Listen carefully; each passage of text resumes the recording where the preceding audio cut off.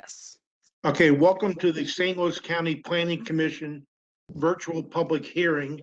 This meeting is for the purpose of hearing presentations on petitions for rezoning or requests for special procedure permits. I'm Wayne Hilsinger, Chairman of the Commission. In addition to the other members of the Planning Commission, I would like to introduce Jacob Trimble, Acting Director of Planning, and the planners assigned to tonight's petition. The Commission will not make a decision on petitions heard this evening. Normally, the Commission will receive staff reports and make a decision on tonight's petitions at an executive meeting in January. Additional comments, letters, and petitions submitted to the Department of Planning within 2 weeks of this meeting will be distributed to the Planning Commissioners in their executive meeting agenda packet. If additional information is required, the decision may be delayed. The Planning Commission's recommendations will then be forwarded to the County Council, who has the responsibility for the final decision. The meeting will observe the following guidelines. Planning Department staff will show photos of the petition site. Then the petitioner will present the request. They will be allotted 15 minutes. Then persons in favor, in opposition, or with concern will be allowed to speak for 3 minutes. Please note you may only speak one time. To indicate you wish to speak, click the raise hand icon to the right of your name on the participant list. After all opposition speakers have spoken, only the petitioner will be allowed a 5-minute rebuttal to answer questions and points raised by other speakers. The Commission may ask questions of any speaker. After the meeting concludes, a poll will appear allowing you to indicate whether you are in favor, in opposition, or with concern. This is not a vote and is not binding on the Commission or the County Council. The purpose is to make the crowd count part of the record for each petition. And with that, we'll hear tonight's first petition, which is PC 31-21, St. Louis County Planning Commission. Good evening, Commissioners. My name is Debbie Solberg. I'm a planner with the Department of Planning. My address is 41 South Central, St. Louis, Missouri, 63105. PC 3121, St. Louis County Planning Commission, is a proposal to amend, next slide, Mel, Chapter 1003 of the St. Louis County Zoning Ordinance with respect to electric vehicle charging. Next slide. Ordinance 28-256, which was recently adopted by the St. Louis County Council, requires electric vehicle charging stations and vehicle charging station ready parking spaces in all parking lots. Next. As the number of electric vehicles on the road increases, the demand for electric vehicle charging stations increases as well. While electric vehicles still make up a small proportion of the vehicles sold in the United States, the number is growing. It's estimated that by 2025, electric vehicle sales will be 10% of the passenger vehicle sales worldwide. Over the first half of 2021, sales of plug-in vehicles more than doubled over the previous year, 2020. That far outpaced the 29% rise in total vehicle sales during the same period. The federal infrastructure bill recently signed into law provides for $7.5 billion to build a nationwide network of plug-in vehicle chargers. Next, the zoning ordinance permits electric charging stations in parking lots. A site plan is required for those electric vehicle charging stations. The charging stations are generally identified by a post or pole with an apparatus to take a credit card for payment. They also may have small signage identifying it as an electric vehicle charging station. In 2017, the zoning ordinance was amended to allow small signs on electric vehicle charging stations. The signage was limited to 1 square foot in area, and the overall height of the vehicle charging station sign is limited to 6 feet in height or less. These charging stations with logos and signs were only proposed at that time in commercially zoned parcels. The recent changes to the vehicle charging code will require electrical vehicle charging stations in all parking lots, including churches and schools in their parking lots. The reason that this is being required is because while most people who live in a single family home probably have a place they can plug their vehicle in at night, if you are traveling, you may need to charge, and sometimes you may need to charge during the day. I have some pictures that I found that are examples of vehicle charging stations. Some of them are in New York. And the next slide. Some of these are, this is like a row of vehicle charging stations, and they, they exist in other countries as well. The particular ordinance that the county has recently adopted require this and establish this electric vehicle charging code requires 10% of parking spaces to be equipped with the equipment wired for electric vehicle stations and designed as electric vehicle ready spaces that could be converted to electric vehicle supply equipment spaces as needed. 2% of the parking spaces shall be electric vehicle supply equipment spaces, be with a charging station. This will apply to new parking areas of 10 parking spaces or more. It also applies to construction or renovations to an existing structure consisting of 50% or more of the structure, and alterations to the building's parking lot involving addition or reduction of parking spaces. It also applies to parking lot reconstruction and overlay projects and changes in occupancy classifications. So this is fairly wide-reaching. The purpose of this public hearing tonight is to take comments on if there's any, the department has certain ideas about what needs to be modified in the zoning ordinance. But if anyone has comments on this electric vehicle charging code requirements and how it relates to the zoning ordinance, that would be it would be appropriate at this time. Do any of the commissioners have any questions for me? Yes, Debbie. How is the plan going to be working with parking garages, long-term parking like as at the airport, and the parking garages and surface parking? Well, it clearly applies to surface parking. Unfortunately, most of the parking garages around the airport are in municipalities, and this electric vehicle charging code is effective only in the unincorporated section of St. Louis County, Missouri. I'm not sure how the county council envisioned this working in parking garages. I would assume that they would fall under the same kind of requirements that a parking lot would, that if there were modifications or renovations to that parking garage, they would have to meet these requirements. If there were renovations or reconstruction to the buildings that these parking garages provide parking for, that they would have to meet the requirements. So, for example, a new apartment project with an attached or surrounded parking garage, they're going to have to, if that's in the unincorporated St. Louis County, they're going to be required to have these spots. Right. I think that, and I think that a lot of new construction, I know some of the new multiple family developments that I'm familiar with have provided electric vehicle charging stations in their parking lots. I think that that people who make decisions on new buildings understand that this is something they're going to have to provide for either their customers or their employees or their residents in the future. Steve, let's go out in the car. Okay, any other commissioners? Yeah, Debbie, this is Bill. Hi, Bill. Hey, who who pays for these?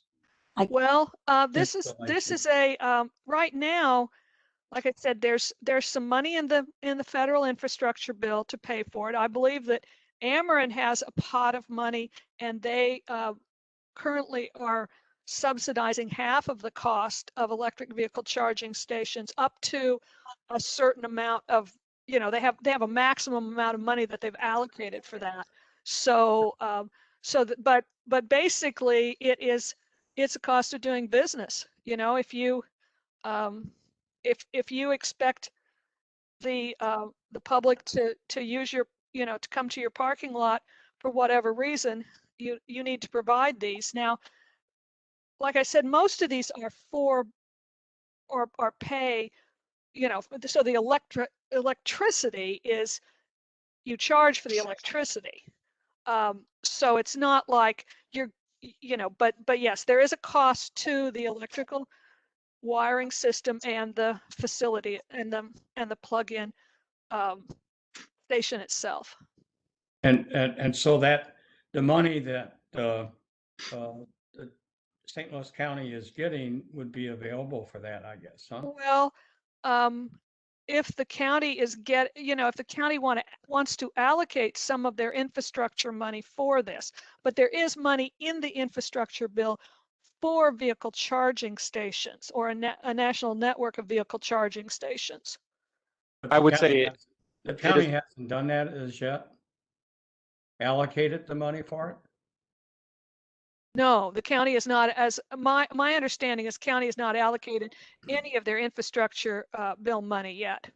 Okay, because that will be probably, general public would probably want to know that, one of the first questions about it, if there's funds available, would it be allocated? Okay. So there's no answer to that right now. No, the planning department does not have an answer right now. We could see if there's any movement. I mean, any inclination to do that. My guess is a lot of the infrastructure money is already, for roads and things like that. But If you remember, we had Tesla request some charging stations. right, Tesla was the impetus behind the 2017 zoning ordinance amendment, which allowed some signage. And they do not charge for the charging. It comes with the cost of the new car. Okay. But Is that limited just to Tesla owners though? yes, My yeah, understanding is those Tesla charges are proprietary and only work with Teslas. Right. Yes. Right, that's what I thought, yeah. You have to be able to afford a Tesla to start with. I guess I got a question on some of these existing parking garages. Everybody knows how tight they are anyway. How are you gonna fit charging stations in a parking garage? I mean, you're parked up against the wall as it is. Well, the parking stations could be, could be on the side. The ones that I showed you were freestanding charging stations in parking lots, but, they could be between two parking stations, like this one with the green on it. You could have one of those between parking spaces that would serve the. But then you give up a parking spot for one of these, and I don't know, I guess Well, you have to remember that the planning department is responding to the ordinance that the county council adopted, which it says unincorporated section of St. Louis County, and it says parking lots. It doesn't specify parking garages. It doesn't say how this is going to work. It just, requires them. I know that, and there is a requirement in here that it be located in a convenient area. Let me see, let me find this. Yes, shall be placed in a location as desirable and Really convenient as possible. And also, Gary, just to add, on campus at WashU, I've seen where some where they added them. They've taken some existing parking spaces and added some of these charging stations. So it's like a row of maybe 4 or 5 at the time at the moment. But like the statute says, 10% of the parking in the parking lot will be dedicated to these locations. So they may add some, or they may use some of the existing parking spaces. You know, that's going to make it rough if you've got a small parking lot and you're giving Would- up 10% of it. Would that include Well- churches also? Excuse me? Churches? The only exceptions in the ordinance are for gasoline stations, buildings without a designated parking lot, and parking spaces located in the public right of way. So I guess it would include churches. They have It to. would include churches. Now it's, Mr. Cunningham said it's 10%. 10% of the parking spaces need to be wired and able to have a charging station provided, but only 2% of the parking spaces need to have actual charging stations. Hey, how does that going to conflict with handicap? What percentage have to be handicap parking? Handicapped handicapped is based on the building code, and it's fair. If it's less than if it's 25 parking spaces or less, I think it's 2. I mean, it's fairly it's a fairly small percentage as well. What I will say is that these stations do not preclude anyone from parking in these parking stalls. So there is not an anticipation that there's going to be a significant loss of parking across parking lots. These do not stop you from parking, in these stalls. So these stalls will still be usable. I think the intent and the point is that as time moves on and as time goes forward, as we see more and more electric vehicles, they're just naturally going to be using the electric vehicles will naturally sort of gravitate to these spaces. Okay, so that's in the ordinance that you can use that space even though you're not using the electric? It's silent, but the silence is because there's no prohibition against it. There's no, Right. And the county's not going to go out and sort of, there's no enforcement of a regulation that doesn't actively prohibit, a motorist from parking in one of these spaces. Okay, anyone else? Seeing none, Mel, you want to see if anyone wants to speak? Sure. So if anyone has comments or questions about this petition, please click the raise hand button that's either next to your name on the participant list or possibly in the bottom right-hand corner. Sondi, you want to speak on the Rustic Roots petition, is that correct? Yes, ma'am. Okay. But I don't see anyone else. I don't see anyone at this time. Okay, and that will then conclude this hearing. And we'll go on to PC 32-21, St. Louis County Planning Commission. Amend section 1003.101 in the zoning ordinance. This is Debbie Solberg again, planner with the St. Louis County Department of Planning, 41 South Central, 63105. PC 3221 is a proposal to amend section 1003.101 floodplain district regulations of the St. Louis County zoning ordinance pertaining to regulations that require the seal of a professional engineer on floodplain development permit applications. The commission will recall that property zoned floodplain, FP floodplain, is also zoned under another applicable district governed by the St. Louis County zoning ordinance. The FP floodplain district constitutes an overlay district, and the other applicable zoning district constitutes the underlying zoning. The floodplain regulations control in the case of any conflict between the regulations pertaining to area in the floodplain and the regulations otherwise applicable to any property by virtue of its underlying zoning. This proposed change is to allow some discretion by the Department of Transportation and Public Works to waive the professional engineer's seal requirement in the case of extremely minor projects. The projects in question will generally be small changes to existing residential lots. The proposed wording in section 1003.101 of the zoning ordinance in a variety of places would be to add the words as directed by the Department of Transportation and Public Works. It would not be the intent to waive this requirement under most circumstances. This is to allow some relief for when a resident wants to do a small project on their property that, because it's in the floodplain, would normally require a PE stamp, but because it is so minor and can be determined that it will not impact the floodplain or the flood portion of the property, that requirement for a professional engineer's seal and signature on a plan could be waived. Okay, Does anyone have any questions for me? yeah, go ahead. Anyone? Yeah, Wayne, is Keith. Yeah, Keith.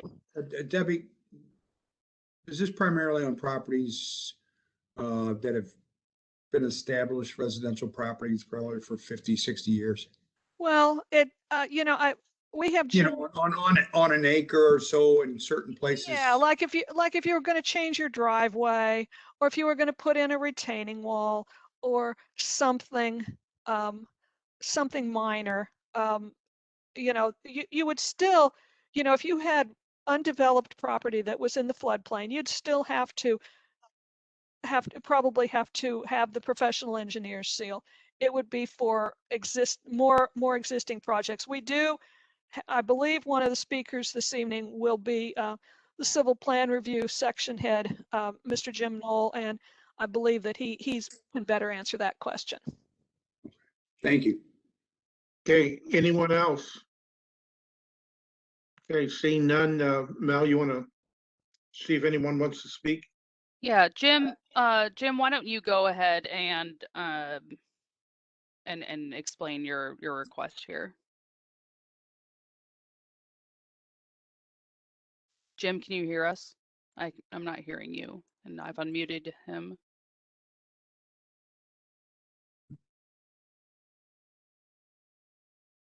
Hello, Yes. you can hear? Yes. Okay, so this You want to go amendment. ahead and identify yourself for the record, Jim? Okay, I'm James Knoll. I'm the St. Louis County Floodplain Administrator. I work in the Transportation Department, 41 South Central in Clayton. This ordinance change request is simply to allow, like, a homeowner, if they want to replace a slab in their driveway, to do that. They would still submit plans to us. We would still review it. They would still have to get a floodplain development permit. But we would just allow them to proceed without the expense of getting a professional engineer to prepare all the documents and sign and seal everything, which is the current requirement. And we think it makes sense for these really minor projects that don't have any impact on the floodplain in reality, to just avoid that unnecessary expense. Is this on, would this be the department's call, whether it's needed or not? Yes. Yes, we would look at every application and we would determine, is this something that's going to impact any flow in the floodplain? Is it going to have any impact at all in the floodplain? If it is, then we will require the engineer involvement. Okay, all right, thank you. Commissioners, any questions? See none, we thank you, appreciate it. Thank you. I don't see any raised hands on this petition. Okay, and seeing none, we'll then proceed on to PC 33-21, Scott Shelton, request for NU to R3. Good evening. This is PC 33-21 Scott Shelton, It's a request for a change in zoning from NU to R3 for a 3.37 acre tract of vacant land on the east side of Hageman Road, approximately 40 feet south of Studer Lane.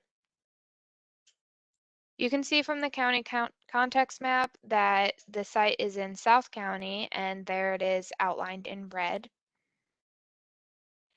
Here's the land use map. Directly across from the site is Hageman Elementary School. Most of the development surrounding the site is single-family residences with some vacant parcels to the south and southwest and Susan Park to the northeast. Here's a second aerial, and you can see the school and surrounding single-family residences. Here we are looking east onto the site at the public hearing sign. This is looking north up Hageman Road. This is looking northwest. This is Hageman Elementary School. Looking west directly across Hageman Road.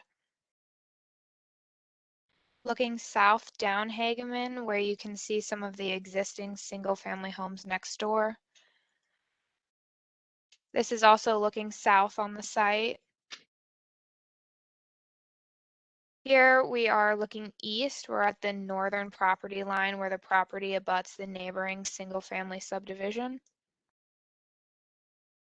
Still looking east, this is in the middle of the site. Here we are looking at the rear property line.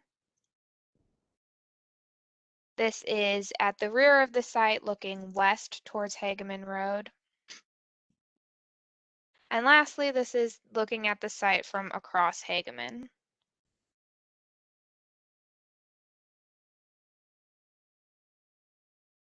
Okay, Clay, I'm going to make you the presenter. And then you'll need to click share and then whatever application you have the PowerPoint in. Okay. You can hear me okay? Yes, we can hear Yes. you all right. Okay.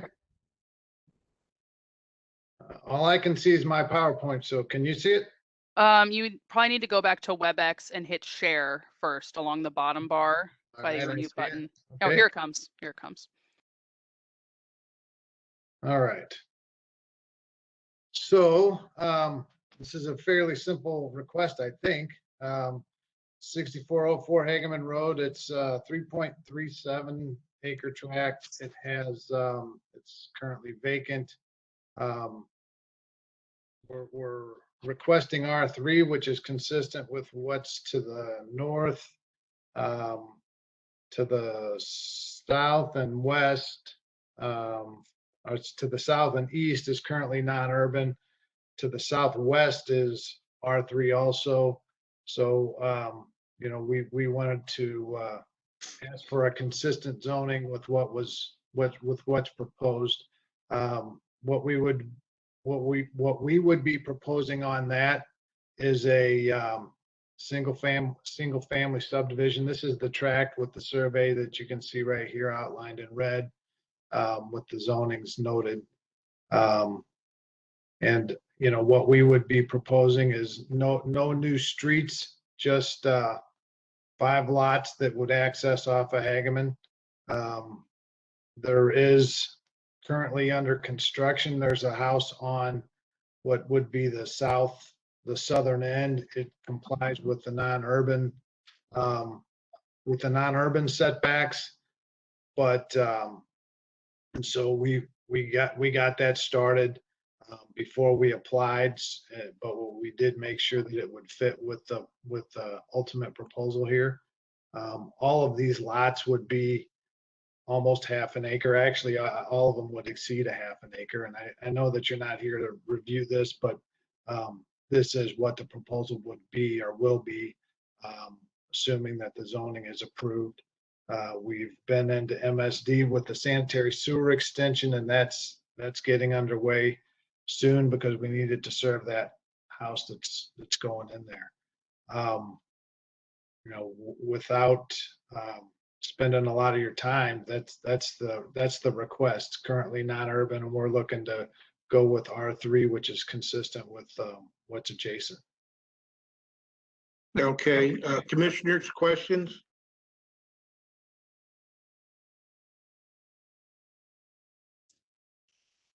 Are these lots going to be individually sold, or is it one builder?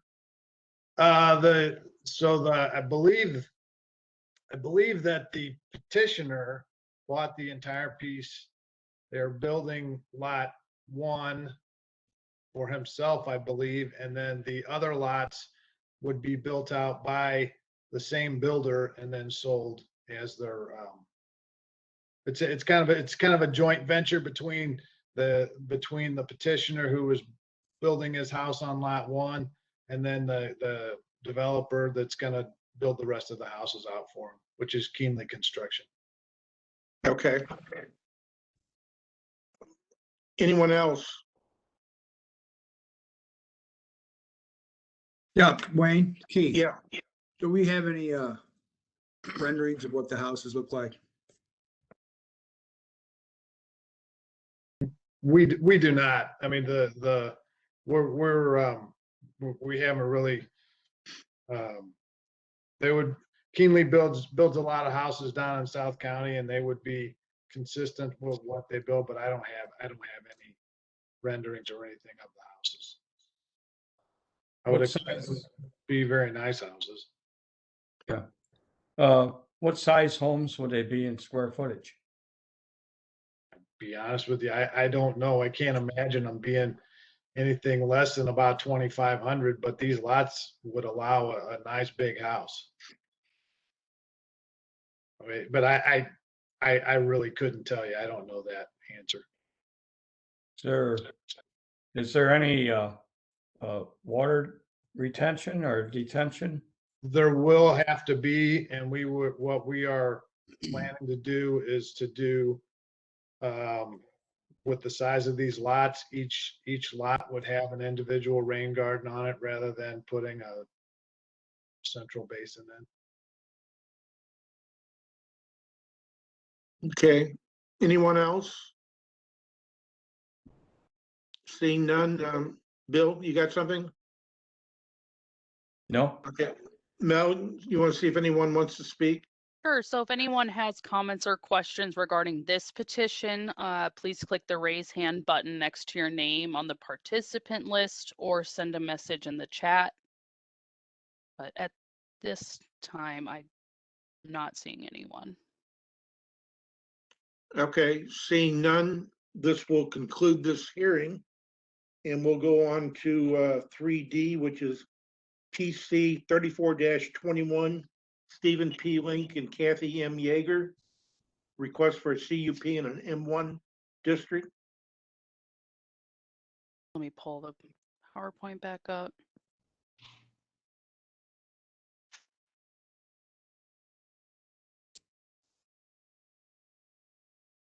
Good evening. We have PC 34-21, Stephen P. Link and Kathy M. Yeager requesting a CUP in the M1 Industrial District on a 4.34 acre site located at the southeast corner of Bell Fountain Road and Hilltop Lane.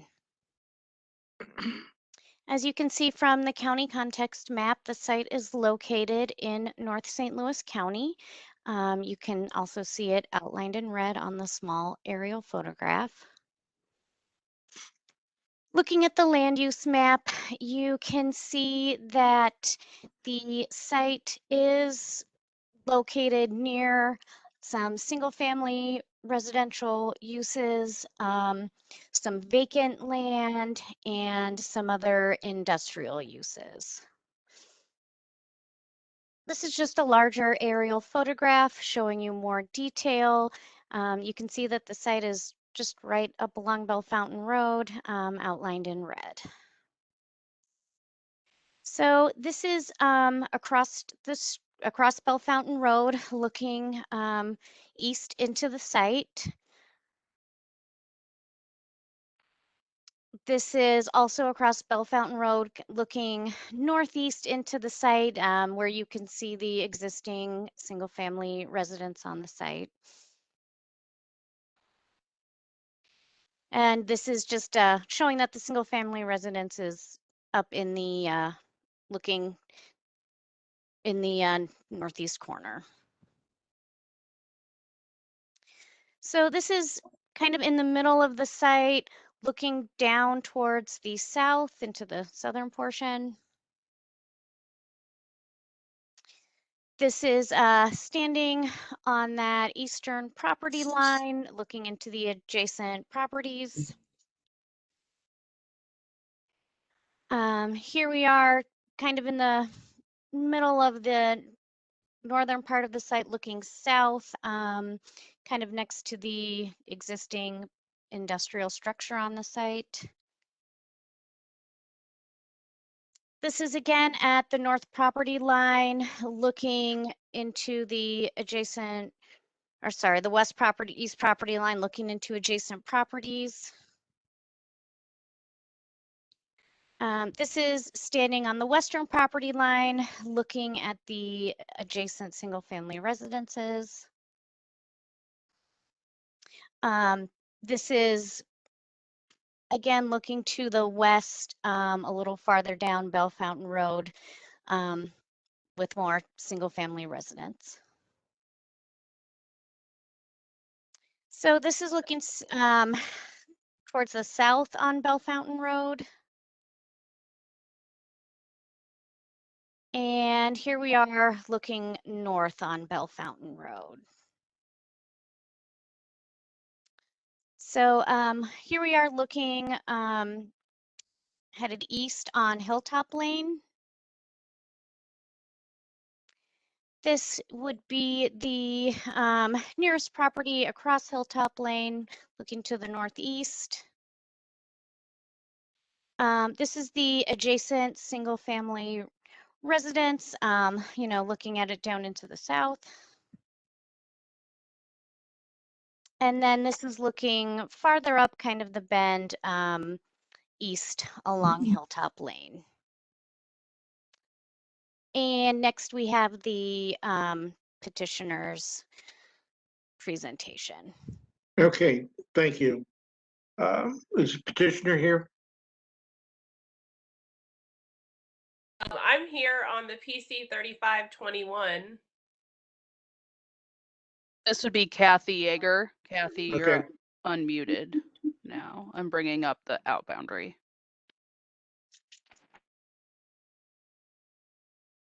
We're 3421. Kathy? Yes. Okay, you can go ahead with your request. Okay.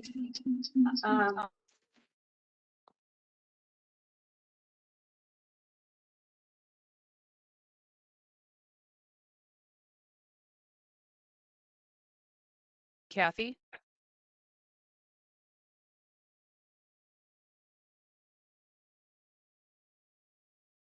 Not sure where she went. Kathy, we cannot hear you if you're speaking. We can give her a minute.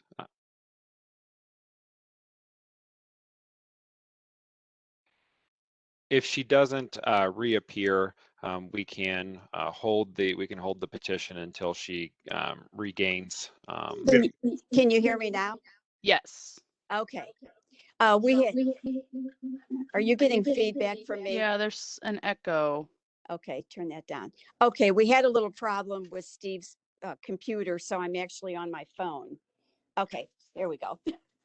All right, anyway, I'm going to give you a little bit of background. Steve has been an auto mechanic for over 40 years at various businesses in our area.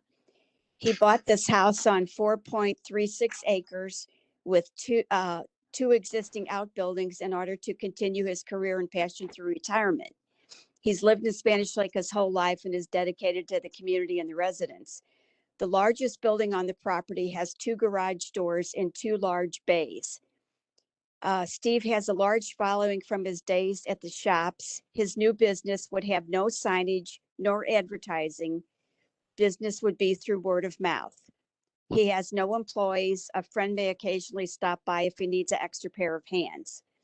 The building was previously used as a metal fabrication business. An auto repair shop would be no more disruptive.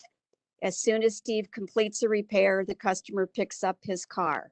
It would not be a storage lot. There would be no late noise or revving of engines. He bought the house in 2019, and since then we have been working on the cup, but our process was slowed by COVID. We needed a property survey, and then it had to be amended.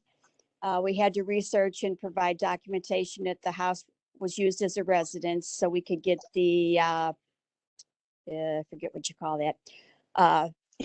And anyway, again, this would be a small owner-owned business, not Dobbs or Firestone. Steve has plans to landscape and improve the grounds around the building, and we believe the shop would be an asset to Spanish Lake. Just one, the only other thing I have is currently there are 2 dusk to dawn lights and 2 other lights outside. Some trees and bushes at the wood line. Grass will be planted this spring. Hours of operation would be 9 to 6:30 Monday through Saturday. Does anyone have any questions? Commissioners, anyone? Yeah, Wayne, Keith here. Yeah, Keith. Question in particular, how many the vehicles themselves, will they be stored inside the existing structures when they're left overnight? How, I have room for 2.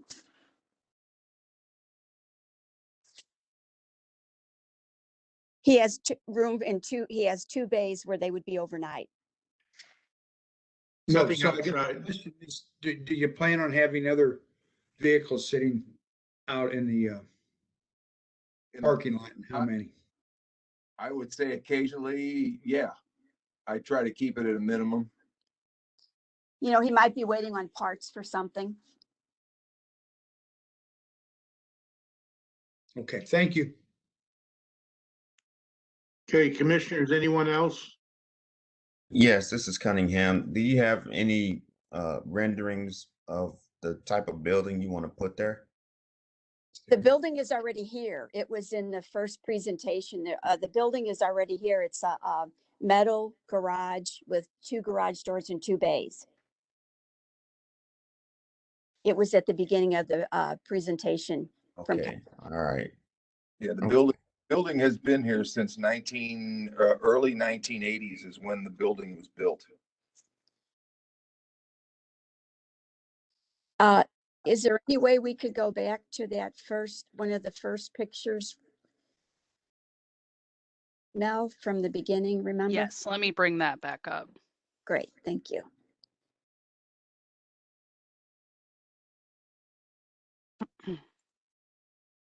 Of the main structure. Yeah.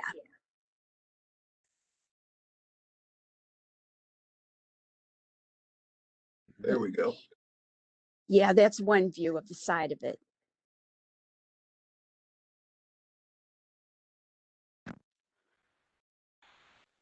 The small house is my, that's on the same property. I think that's the main photo that shows the. No, that's the neighbors. No, he's talking. I mean this one. The only one. Yeah, Shows and the so shop. on the left side of that building is where the 2 garage doors and the bays are. So what we're looking at, that's the only thing, the only parking area you have, is that correct? Yes. Well, yes, right in front of the building that you're directly at. That's parking area. Plus the entire area on the left side of the building is all asphalt with enough room to pull cars in and out of. And as you can see, there are 2 vehicles on the left. There's actually room for about 4 altogether there. And then on the back side of the building, near that old white garage back there, there was also some additional parking back there. But mostly, I mean, he isn't planning on having that many cars. I mean, he's just a one-man shop. So, you know, it's not like he's going to take on more than he can handle because people need their cars back pretty quickly. So you wouldn't have 18-wheelers or tractors or No. buses or anything like that back there? only in a case if I had a delivery of a part that required truck freight. Nothing bigger than an F-350 Ford pickup truck. I don't work on anything bigger than that. I'm too old to work on that big stuff. Okay, and you said no signage of any kind at all, strictly word of mouth? Yeah. Yes. I can't. I'm just one guy and I really can't keep up with what I have. And I have absolutely no reason to advertise. I mean, he'll tell people, like, if they call and they have a problem, he'll say, you know, can you bring it in Saturday, or I can't, can you bring it in next week? You know, I can't get to you right now. Cause like he said, he is only one person, other than if he has a job that he needs some extra hands, you know, he'll get a buddy to come over, but that's it. Are you Did planning you on putting mention? fencing around there? Pardon me? Any fencing? Fencing? There's his backyard of his residence is fenced, but not the part that's where we went the CUP. Okay, the parking lot would not be fenced, is what you're saying? No. And the hours of operation would be what now? 9 to 6:30, give people time, you know, after work to come and get their car. Okay, anyone else? Commissioners? Okay, seeing none, Mel, you want to see if anyone wants to speak? Yes, we do have a call-in speaker. Mr. Zilch, you are unmuted to give your comments. Okay, could you hear me? Yes, please proceed. Okay. As far as I would like to say that I oppose this 100%. It's been nothing but traffic and more traffic and parts deliveries. And as far as parking vehicles, there's been over 15 vehicles parked there all the time until the last few days. The cars are sitting around everywhere. He's moved a concrete company in on the property. They've got dump trucks sitting there and all kinds of other things. And recently, in the last few days, they put in another driveway to the property. And I don't believe that he cares about the neighbors or anything else that he's going to be doing, because he just cares about this business. And this is residential, and there is no commercial property around there. And there hasn't been any commercial property, and we don't want any commercial property. And I'd just like to go on record that I'm against it 100%. And Okay. Thank you very much. Thank you for your comments. Okay, next will be M. Messiah. If you would make your comments and state your name for the record. Yes, my name is Marco Messiah. Thank you. Please Yes, proceed. thank you. We too are concerned with a commercial property coming into a residential area, mainly because of the increase in traffic that this new commercial entity will bring, and also the possibility of bringing crime to our neighborhood. So my family and I are opposed to this 100%. Okay, thank you. Okay. Melissa, I saw Melissa Maddox. You spoke in the chat. Would you like to make a comment?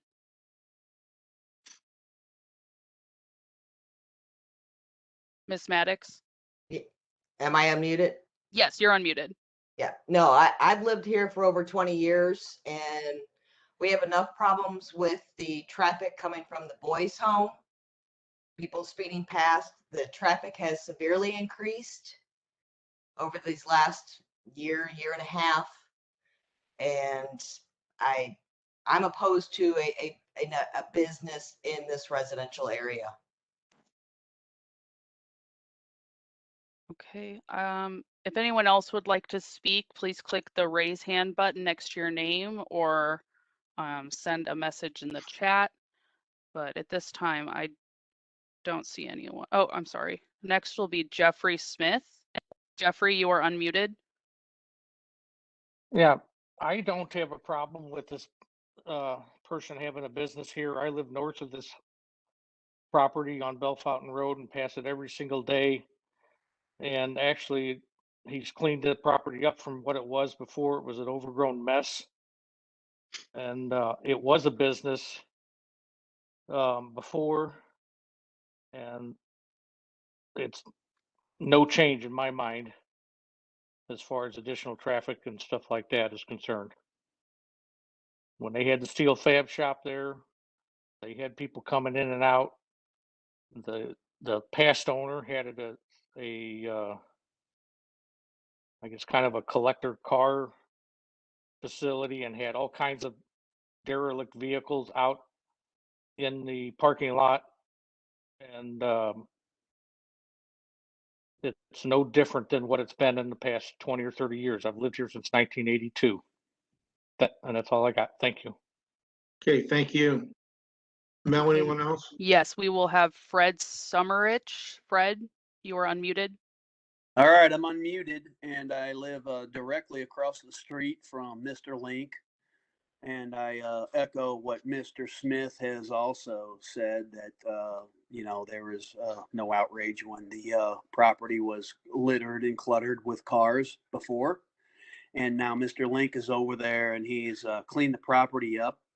And so really, that's really all we have to say. And as far as the traffic is concerned, there are farm equipment, there are landscape companies, several of them over here on this side of the property, which is, the property is, you know, I heard residential. Well, this is M1 over here. This is commercial. I get it, but it is what it is. And we have landscape companies pulling their trailers over the bridge 24/7, man. Sorry, guys, but I'm all in for Steve Link. Thank you and have a great one. Next will be George. Oh, hold on. That may be all the speakers. Okay. Petitioner, do you have any comments as to what we just heard? Just a couple things from me, and then Steve probably will, but when they're talking about traffic on increase, I really don't see that. I mean, for one thing, there's residences all up and down Bell Fountain Road and both sides of the road on Hilltop, farther up Bell Fountain Road, and then the Fort Bell Fountain, which isn't just the boys' home. I mean, it's open to the public. People go up there and they hike and they have group tours, and they ride their bikes. So there, and it's also an entrance to Fountainhead off of Bell Fountain Road too. And Fountainhead is a huge development that's on the Missouri River. So there's more traffic than Steve is generating. Steve, is there anything else you want to say? Yes. Let me start off from the beginning here. Let me turn my volume down. I want to start off from the beginning. First of all, I moved in here September 29th of 2019.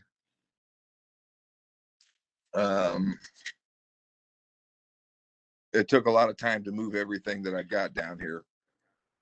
And after a couple of months, I was able to get the shop organized enough to where I could continue to start working again. I'm not a man of many dollars. I can't sit around without doing work or I'll go bankrupt. So during all this time, I've had to do some work out of the shop to generate enough revenue to pay my bills. Having said that, in the 2 years prior to the sign being put up in front of my building saying that there was going to be a hearing, I heard absolutely no complaints at all about anything that I was doing on my property. No letters, no phone calls or letters from the county. No residents came down, nearby residents came down to talk to me. There was nothing there.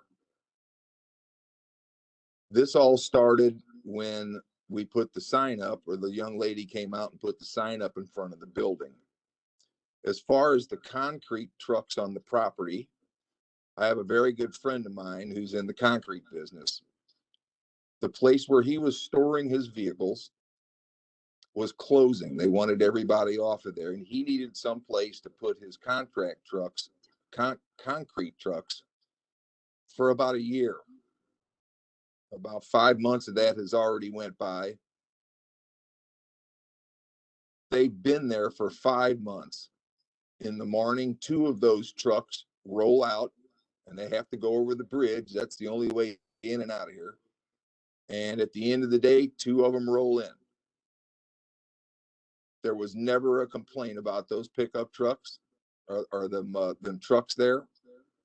The gravel that was spread around the backside of the building didn't happen just recently. It's been there for months. That was one of the first things Jason did for me when I allowed him to keep his trucks here for nearly a year. He's got about another 6 or 7 months, and then his new place where he's going to have all of his equipment stored, that will be ready, and then all of his stuff will leave my property. As far as the landscaping of the area, it was horrific when I moved in. You couldn't even hardly see the back garage from the street view. You could see the peak of the roof. That was it. That back white garage that's in the photo. And as far as the property, the 2+ acres to the right of the building, as you're looking at it, that was, well, if you were a deer or a raccoon, it would have probably been a beautiful area. But when I talked to some of the neighbors, they said that before the older gentleman moved in, it was all beautiful, nice, well manicured grass. It was beautiful. And that's the way I am going to have it again. So luckily, some friends of mine with some bobcats came and basically stripped all the land. We're grading it now. We're getting ready to seed. So we got some grass there this summer. I want to have a word about traffic. There was never a complaint about the amount of traffic. For 2 years, as I was working out of that shop, making sure that I didn't go bankrupt, nothing was said about traffic at all until that sign went up in front of my building. I can tell you that 99% of the cars that come up and down Bell Fountain Road back to our area, they do not stop at my house or my property. And there's a bunch of them all day long. Like Kathy was saying, there's a rich gated neighborhood at the end of Bell Fountain Road. People fly down in their fancy Mercedes-Benz cars doing 50, 60 miles an hour. They don't stop at my house. If I had to say how many people stop by actually in a car at my business and home a day, it would be 5 or less. I'm not contributing to any increase in traffic at all whatsoever. Crime. Doesn't seem to be a lot of crime back here. It seems like that folks over the bridge, we have a way of looking out for each other. And I've gotten along with almost everybody back here that I've met. There's some people that I haven't met. And I really think that we need to meet. If you have issues that you'd like to discuss with me, my door is always open as a friend. Come down, we'll talk about issues, and we'll work towards whatever it is that's of concern. As far as the increase in traffic, you will see no more going on at that shop than you do right now, and that you have for the past 2 years that nobody said anything about. And also, I'll add that there won't be an increase in crime because Steve lives right adjacent to the building and he's home 24/7. So there's no, and it's well lit. So there's going to be no increase in crime. Other than if anybody has any questions that they would like to ask me about my history, I would be more than happy to answer any of those questions, either here or you can come down and see me in person, and I can show you my shop and my house, my dogs. I can tell you what I want to do with the property in the next year or year and a half. Just to throw this out here, since I'm getting a little older, once Jason's trucks leaves, which is going to be in 5 or 6 months, he will finish grading the property, and we're going to seed it all with grass. And you guys may laugh at me here, but I have enough room down there, almost 3 acres. I'm going to put 2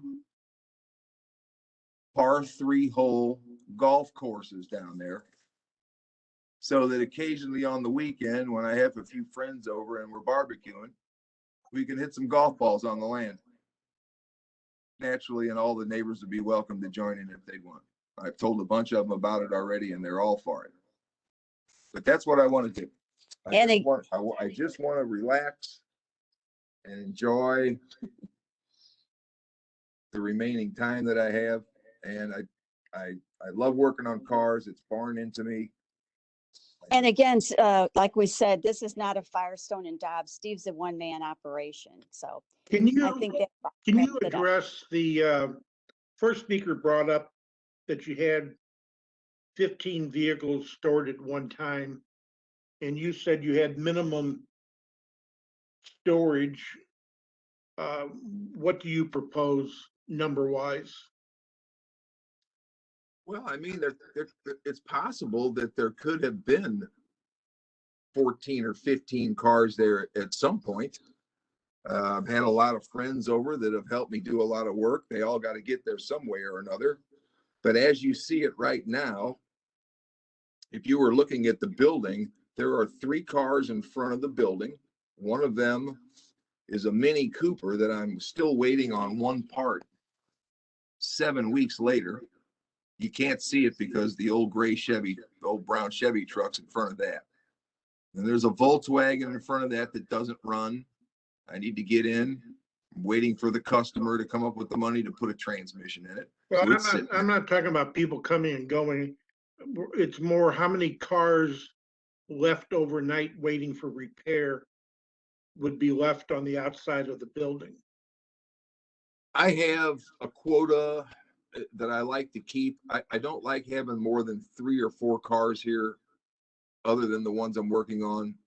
A lot of customers will call me and they say, Steve, we just want to get the car to you. You can keep it for as long as you want. And I always got to tell them the same thing. I'm like, it's going to be a month before I can get to your car. It'd be better off if it was sitting in your driveway than mine, because I don't want all these cars around. This is one of the things I don't want to advertise. I don't want to have a whole bunch of commotion going on here. I want it to be nice and peaceful and quiet, like it has been for the first 2 years, until that sign got put up. I don't know what the sign did, but it sure changed everything. I got neighbors that I never knew complaining about me now. And I never heard a hide nor peep our hair out of anybody until that sign went up in front of my building. Okay. Mr. Hilsinger, we did have another comment. Yeah, go ahead. Okay. George Isold. George, you are unmuted. Sorry if I mispronounced your name. That's okay. Can you hear me? Yes, please proceed. Yes, my name is George Isold, and I live just south of the property in question, across the street. What Steve has done to that property, for what it used to look like, is night and day. I mean, he's only improved it in my eyes. As far as traffic goes, I mean, I agree with Fred. I've seen combines, heavy farm equipment, semis hauling dump trucks to the end of Hilltop Lane where the farmers are farming. I've seen more lawn care people, but I am totally in agreement, and I am not opposed to this at all.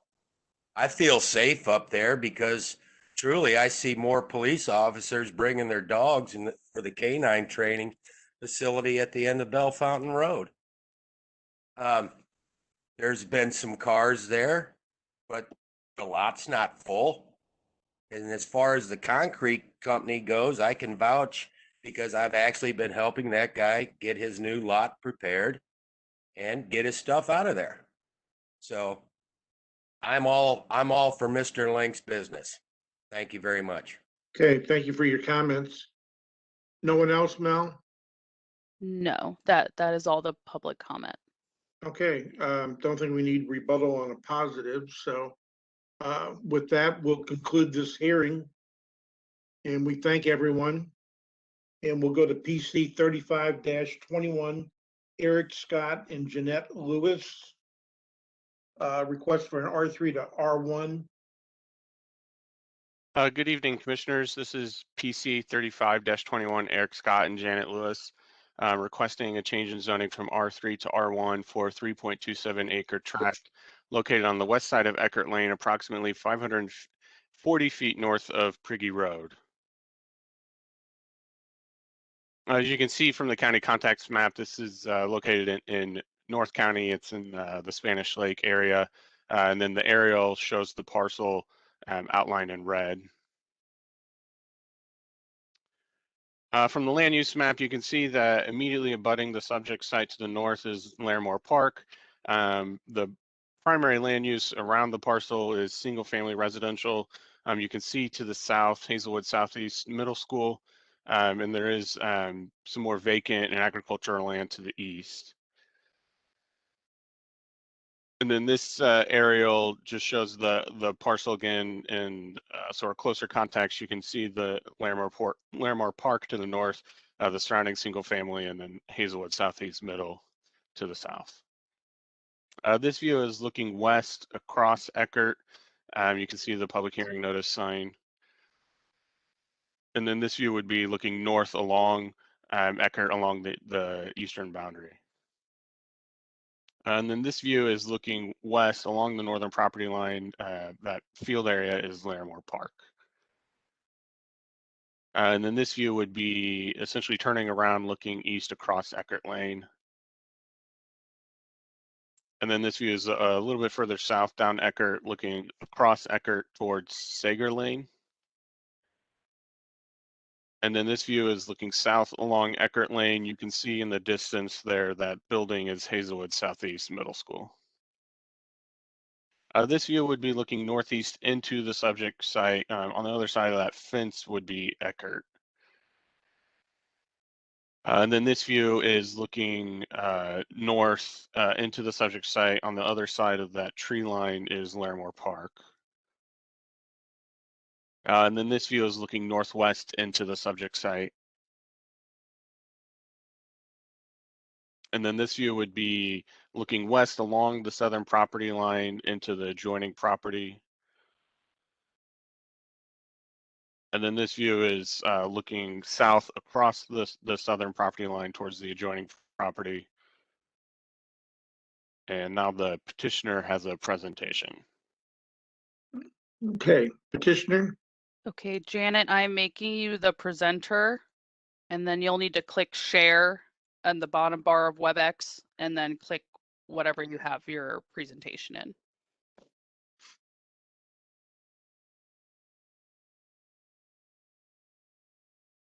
in. Oh, Show we couldn't hear you at first, Janet. What? When I go to allow the Cisco WebEx events to share my screen, it says I have to quit and log back on. Can you not share the PowerPoint I sent earlier? Yes, I can do that. Let me open that up.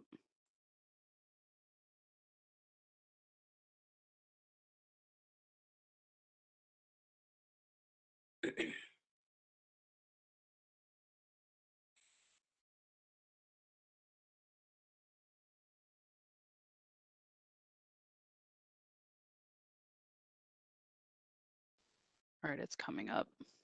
Thank you.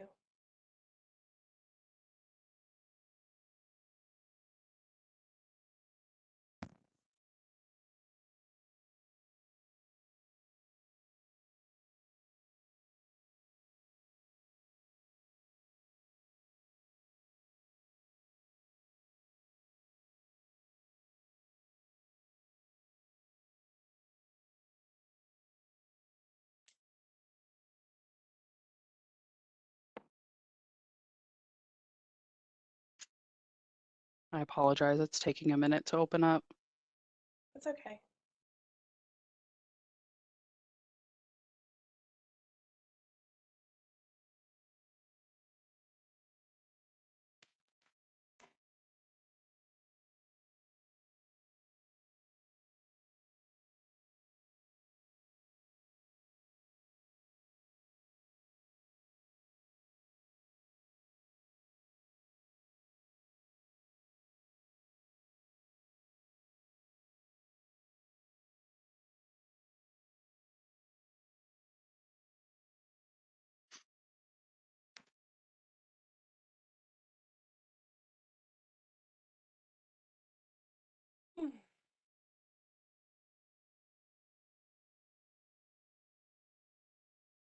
Okay, here we go.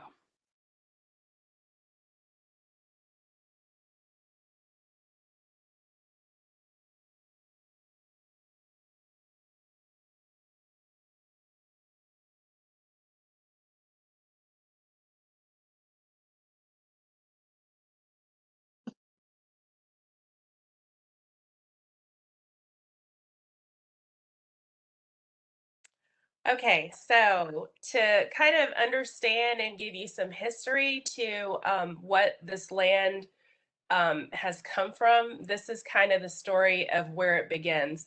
We had this problem property on Eckert Lane that had quickly become a nuisance property. It was set on fire 2 times.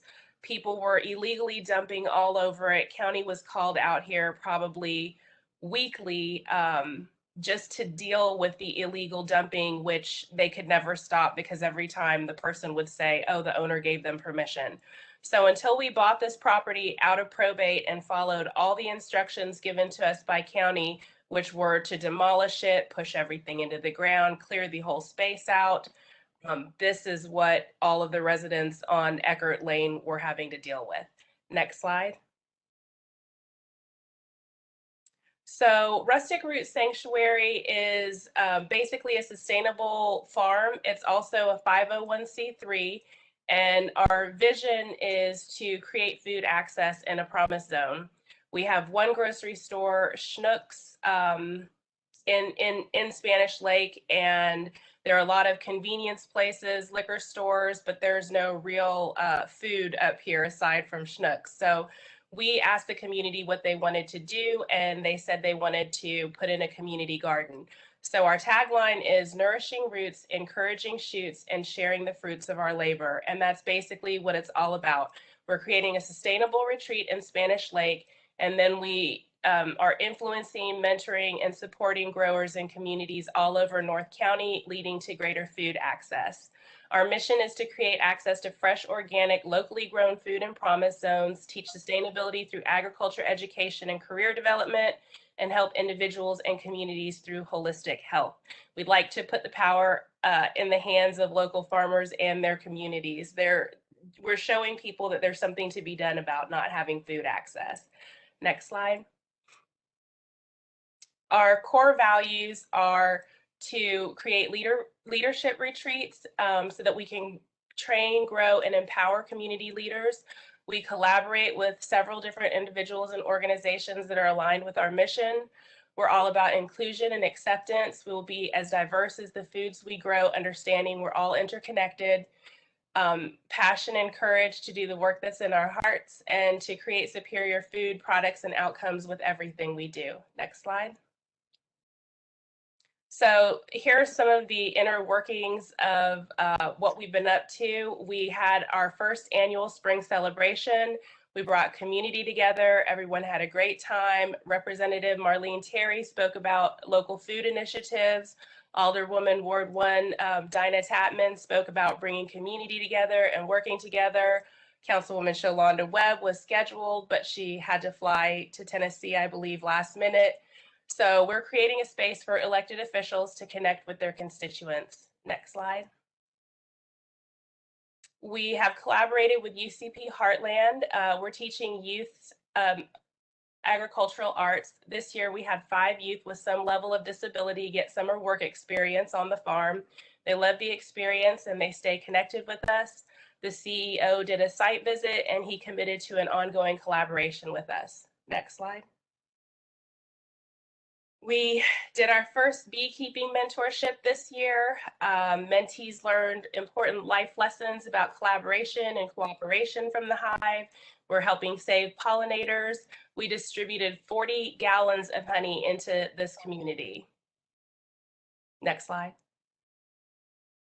And here are just kind of some pictures of what you would see inside the gates. We have a small goat herd. Children get to experience all these farm animals many of them have never seen before. Fresh lettuce. You can see Dorlita's picking her own bud of lettuce there. Next slide. And these are just more of our community garden members. In this lower picture on the right-hand corner, you see a young lady milking a goat for the very first time. Next slide.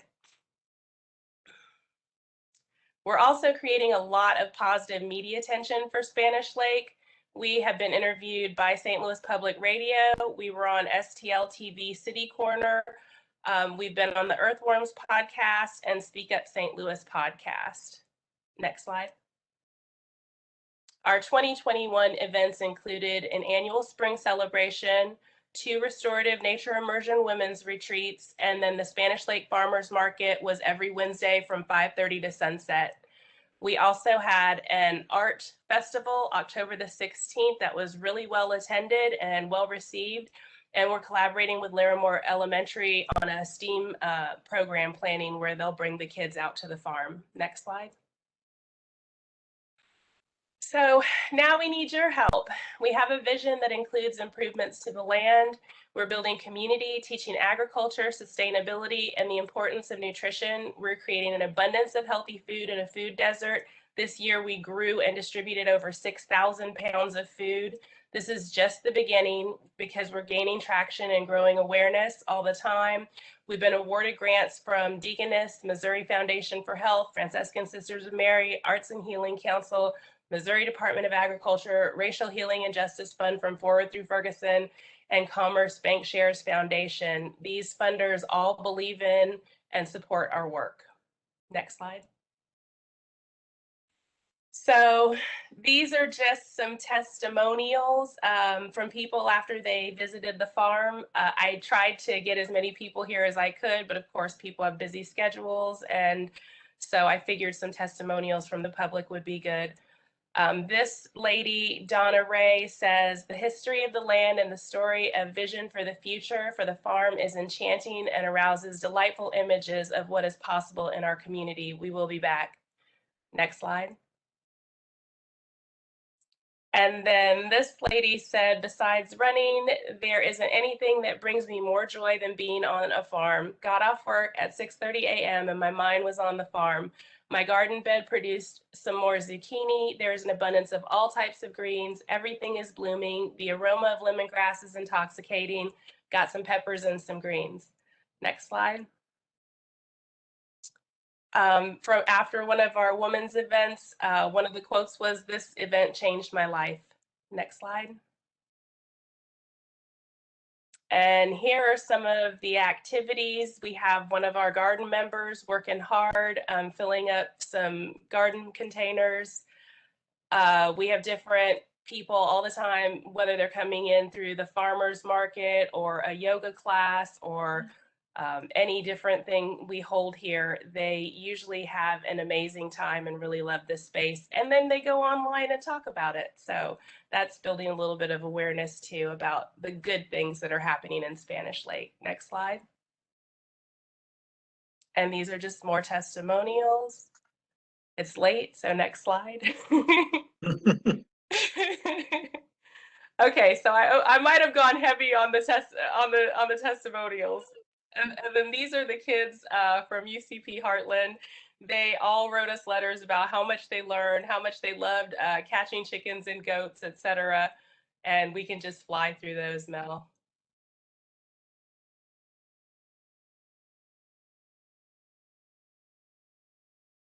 Yeah, so this is our 2022 events and programs that we're hoping to bring. The Spanish Lake Farmers Market, again, because it was a huge success. We have a homebound senior delivery program where we deliver, 10 to 20 pounds of fresh produce to people that can't get out of their homes in the neighborhood. We'll have the annual spring celebration. We have Seed Summer Work Experience for youth. We'll have the annual arts festival, 2 restorative nature immersion woman events, and beekeeping mentorship year 2, and then a culinary arts program, which includes planting herbal medicine and a medicine wheel. Next slide. And this is just a shout out to our funders that kind of make the work happen. Next slide. And then we have cases for community gardens. So I'll just read this one. We find that the opening of a community garden has a statistically significant positive impact on residential properties within 1,000 feet of the garden, and that the impact increases over time. We find that gardens have the greatest impact in the most disadvantaged neighborhoods. Higher quality gardens have the greatest positive impact. Finally, we find that the opening of a garden associated with other changes in the neighborhood, such as increasing rates of home ownership, and thus may be serving as a catalyst for economic redevelopment of a community. Next slide. And then this one is community gardens are one way that residents have mobilized to beautify urban neighborhoods, improve access to fresh produce, and engage youth.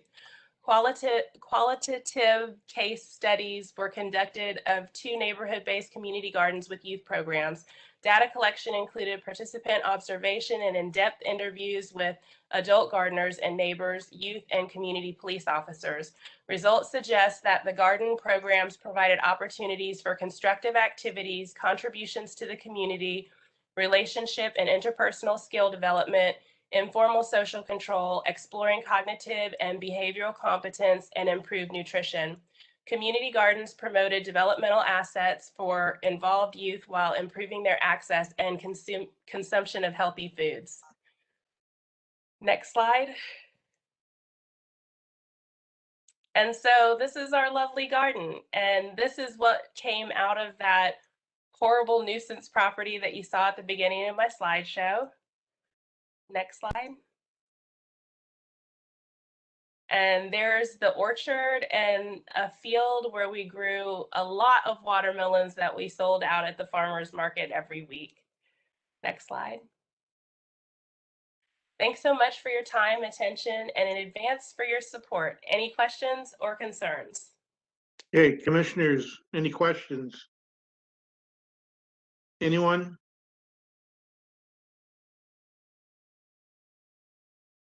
I don't see anyone. I don't have a must have done question. a good Mike. job.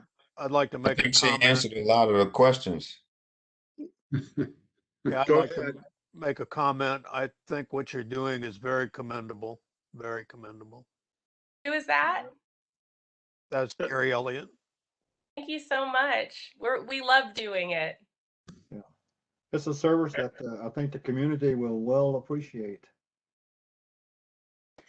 Keep up the good work. Okay, commissioners, any other comments? I think you answered everything, so we appreciate the effort.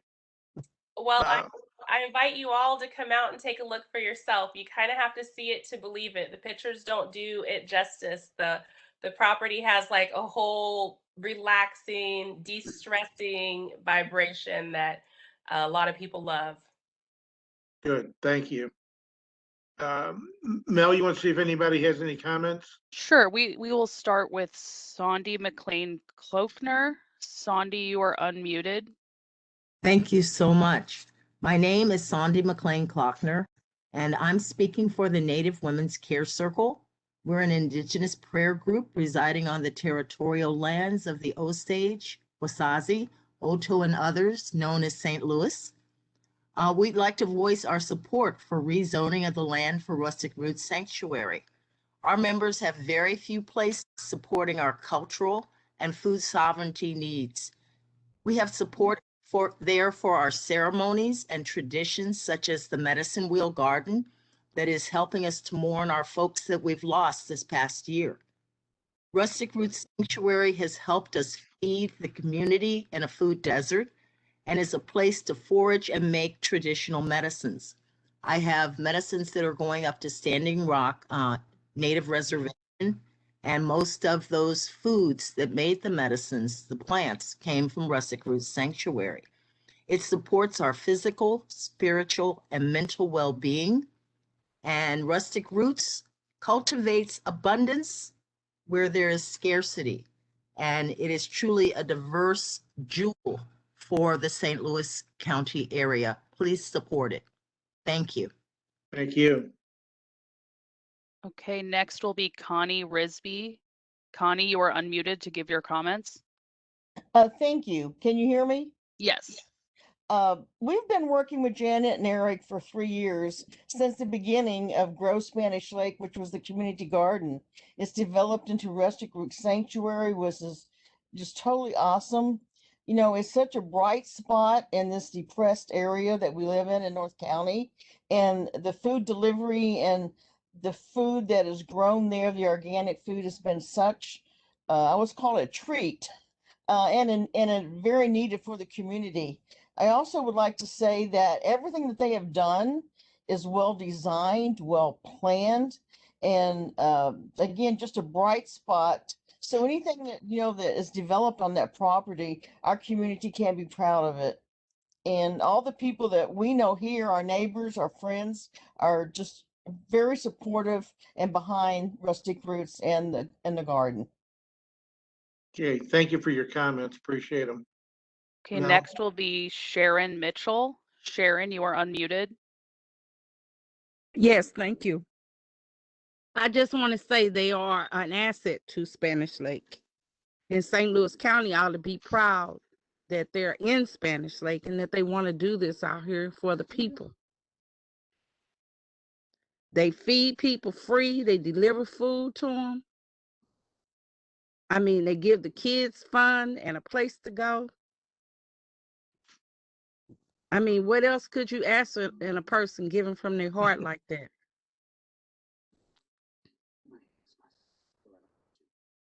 Okay, we thank you for your comments. Okay, next will be Basmin. There is no last name. Please state your name for the record.